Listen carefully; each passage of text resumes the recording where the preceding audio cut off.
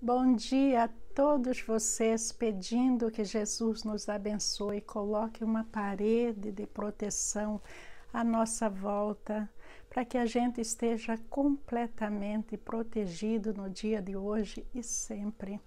Pedindo sabedoria para entender e aplicar a palavra de Deus, e eu gostaria que Deus me abençoasse para explicar a palavra de Deus corretamente. Hoje é dia de gota de luz.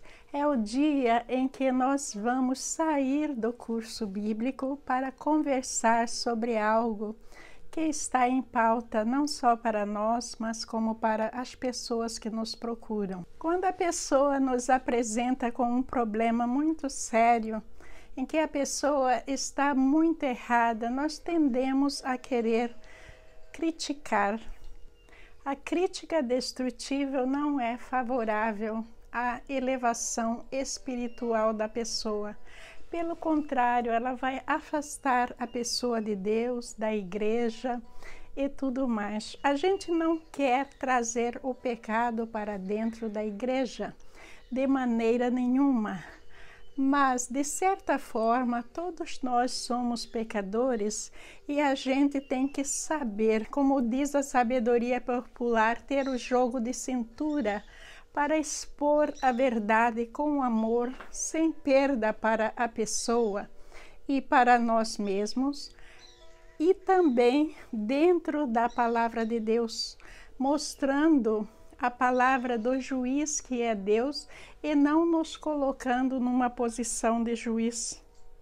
Porque juízes existem dois, um na corte que a gente vai é a lei terrena e o segundo juiz é Deus na sua trindade, Pai, Filho e Espírito Santo é o nosso juiz.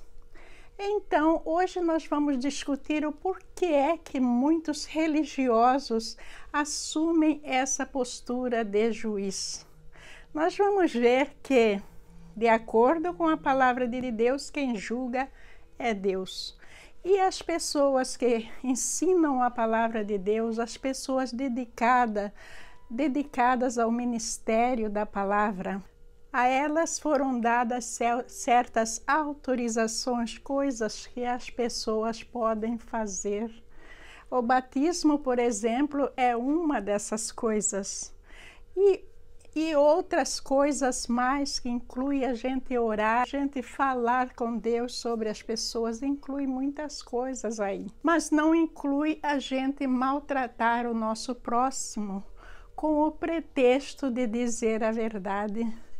Que muitas vezes a pessoa diz, eu estou dizendo a verdade, e a verdade é para ser dita. Depende. A gente tem que dizer a verdade de uma certa maneira que não vai ferir a pessoa.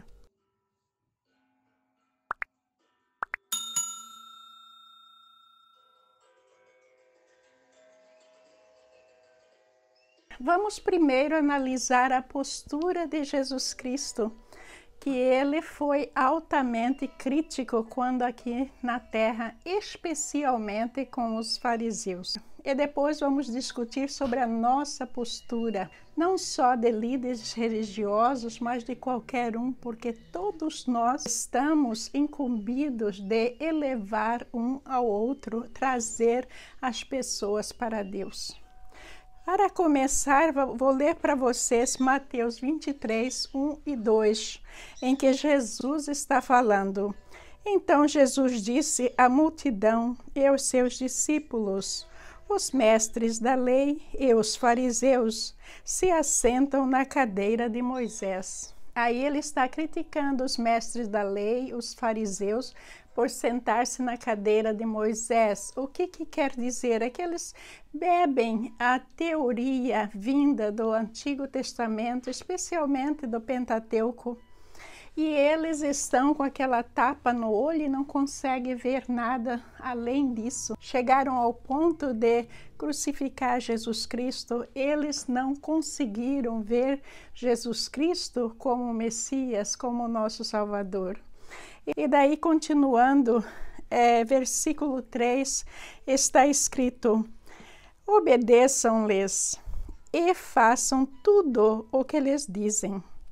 Mas não façam o que eles fazem, pois não praticam o que pregam. Quer dizer, a gente tem que viver de acordo com a lei terrena, mas a gente não deve fazer as coisas erradas que estão sendo praticadas dentro da igreja. A gente deve ter muito cuidado para apoiar tudo que a gente faz, não nos maus exemplos, mas dentro da palavra de Deus. É por isso que eu debato sempre que a gente tem que saber a palavra de Deus, que é para a gente não ser enganado pelos falsos cristãos, pelos falsos profetas, que a gente recebe informação de todos os lados, mas nem todas as informações que dizem estar vindo em nome de Deus, elas estão corretas. Então, Jesus Cristo está dizendo ali que eles não praticam o que pregam. São os falsos profetas deste mundo. E nós vamos ver a seguir que Jesus, ele foi muitas vezes muito severo, apontando as faltas, dizendo exatamente onde é que o erro estava. Mas a gente não pode esquecer que Jesus está na posição de Deus, o Filho de Deus, mas ele é parte da Trindade e é o próprio Deus. Então, a maneira como Jesus fala não pode ser a mesma maneira de um pecador falando, que a gente muitas vezes assume uma posição santificada aqui na terra e nós não recebemos essa posição de Deus ainda, porque o julgamento só vem depois da morte. Ninguém é julgado enquanto aqui na terra. Vejam a diferença. Então, vou ler para vocês verem a severidade como Jesus tratava esses fariseus, os sacerdotes da época, mas sempre por trás ele estava esclarecendo para eles a verdade. Lendo para vocês Atos 7, versículo 51, que diz: Povo rebelde, obstinado de coração e de ouvidos, vocês são iguais aos seus antepassados, sempre resistiram ao Espírito Santo.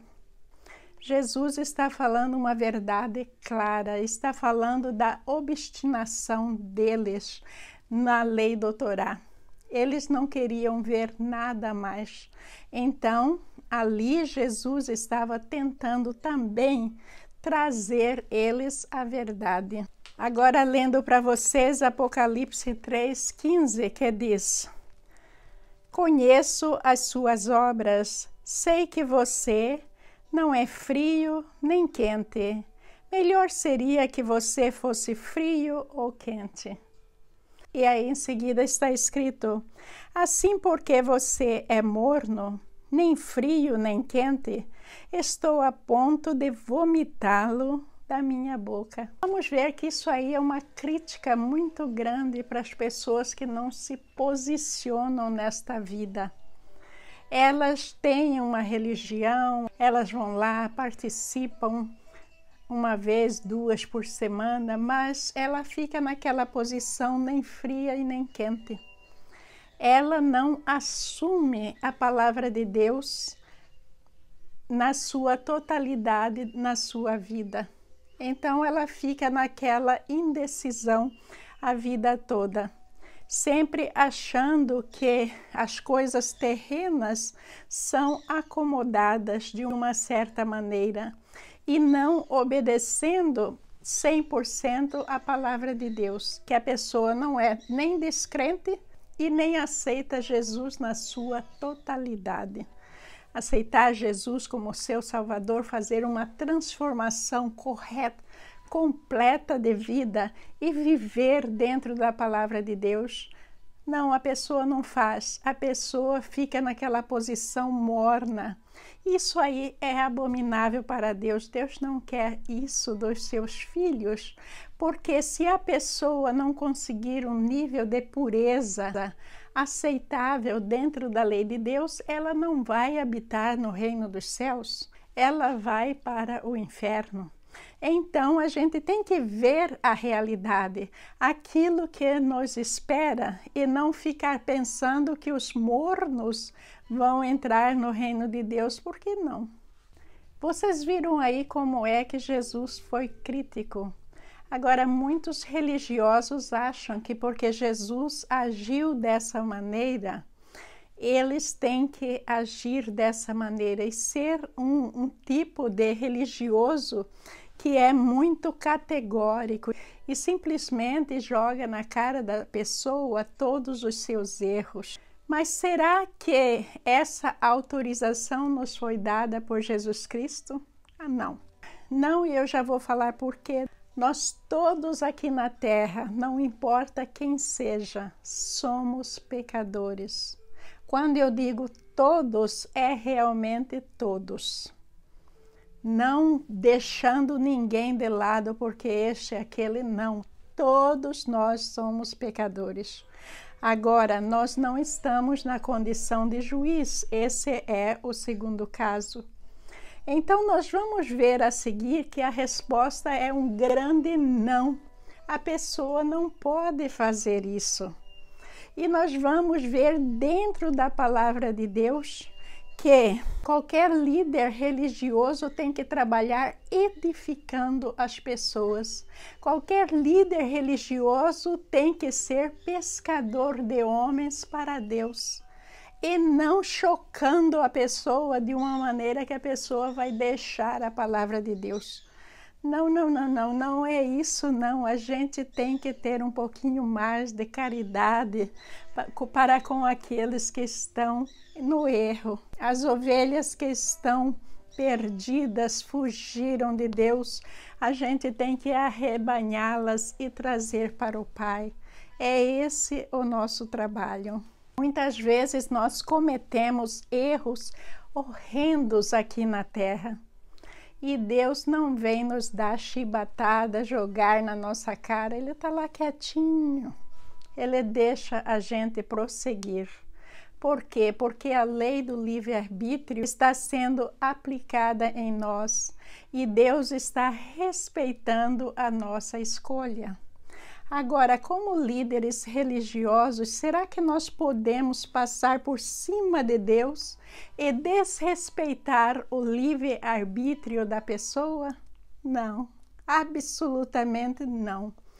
Porque se Deus está fazendo algo de certa maneira, é porque é da vontade dele que assim seja. Ele quer que os seus filhos venham para ele espontaneamente, reconhecendo o seu erro, se arrependendo e voltando para ele. Em ninguém deve ser colocado um cabresto e arrastado para trazer para Cristo, de maneira nenhuma, por causa da lei do livre-arbítrio. Exortamos vocês, irmãos, a que advirtam os ociosos, confortem os desanimados, auxiliem os fracos, sejam pacientes para com todos.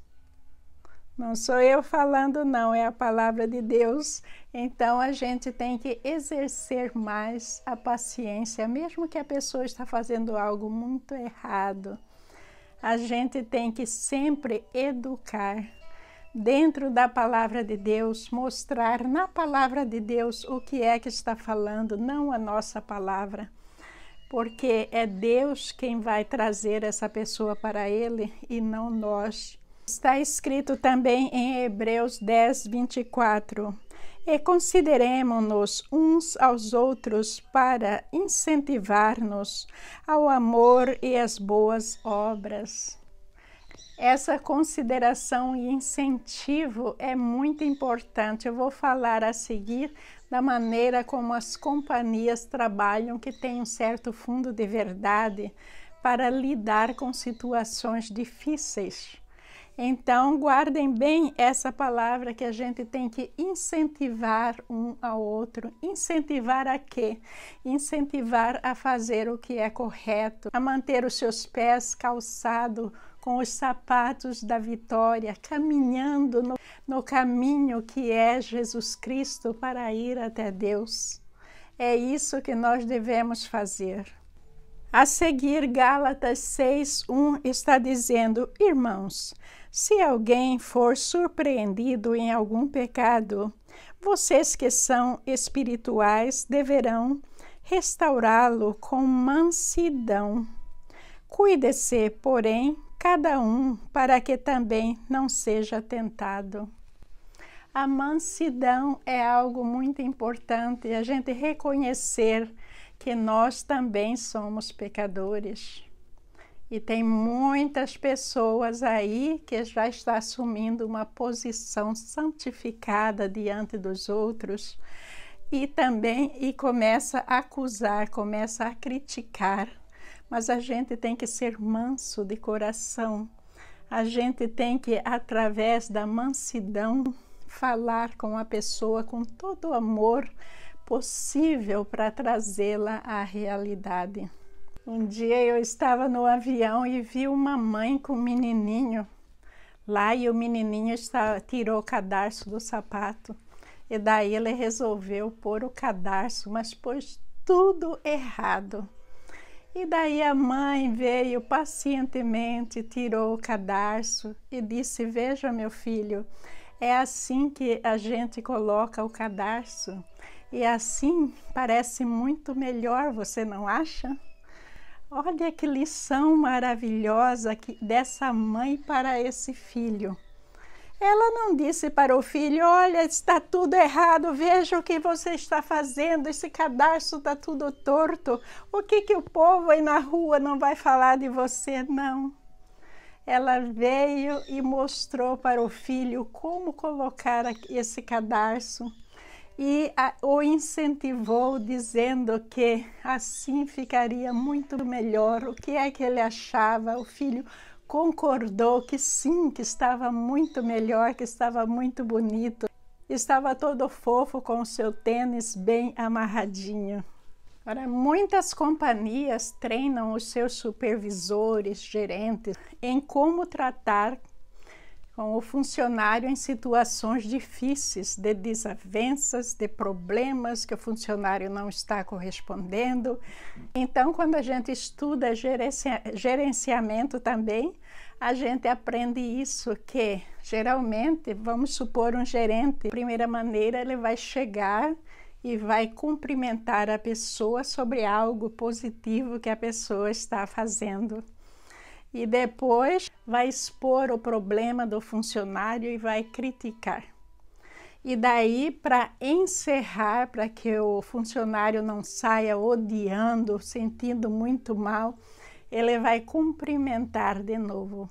Essa é uma forma que eu não gosto muito, porque vocês vão ver agora na segunda forma que cai mais para a gente que acredita na palavra de Deus.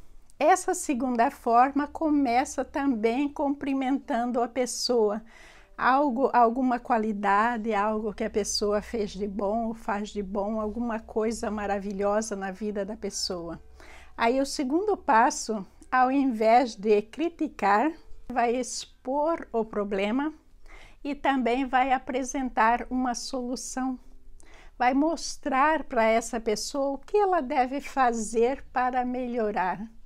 O que ela deve fazer para corrigir aquele erro, porque muitas vezes a pessoa está errada por falta de conhecimento.